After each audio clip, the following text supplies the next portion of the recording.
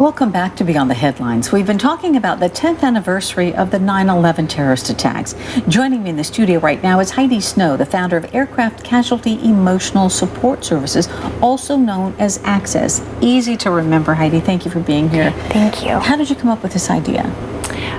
Back in 1996, I lost my fiance Michelle aboard TWA Flight 800, and one of the hardest things I found is, with a big incident like that, I was in New York City, and we all got care right after the incident for about a week or so on site. But the hardest part is when we went home, and at that point his body hadn't even been found. There were no remains, and I remember going back to New York, and I'd met Giuliani at the anniversary, and he was in office at the time, and I thought, I'm in this big city, there must be a support group for plane crashes, and I called, and they said, well, there isn't, but maybe you benefit from meeting other people who have been through this.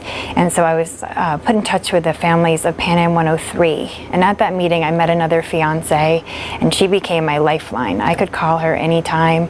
She got it. If I was having a bad day, when the rest of the world expected me to move on, I always felt safe with her, and she served as a role model too. Like when I thought I couldn't get through it, I was like, she did it. I always just would picture her, or I'd call her, and she would just be like, I remember being there. Yeah. It's okay to cry today, even though it's been 2 months. It's okay, you're doing fine. I remember being like that.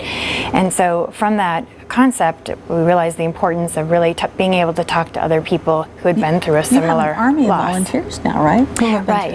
And so now, over the years, we have 250 volunteer grief mentors from all around the country who have all lost loved ones in private plane crashes, commercial crashes, and military air disasters, most of whom have called us for help in the past. And then after 2 years, we invite them, if they feel ready, to go through our training program and see if they're ready to help other people. And you've gotten so much strength from this that you have moved on and you have a new family. I do. I have 2 little girls now, and I married. And we have some pictures of those beautiful little girls we like to show everybody. And look at that. It's amazing. So we're going to put the website up for everybody. And you also have the book, and they can reach the book. They can find the book on your website, right? Yes, at accesshelp.org. And the book is a collection of stories. Just like Access, it's people telling their stories firsthand.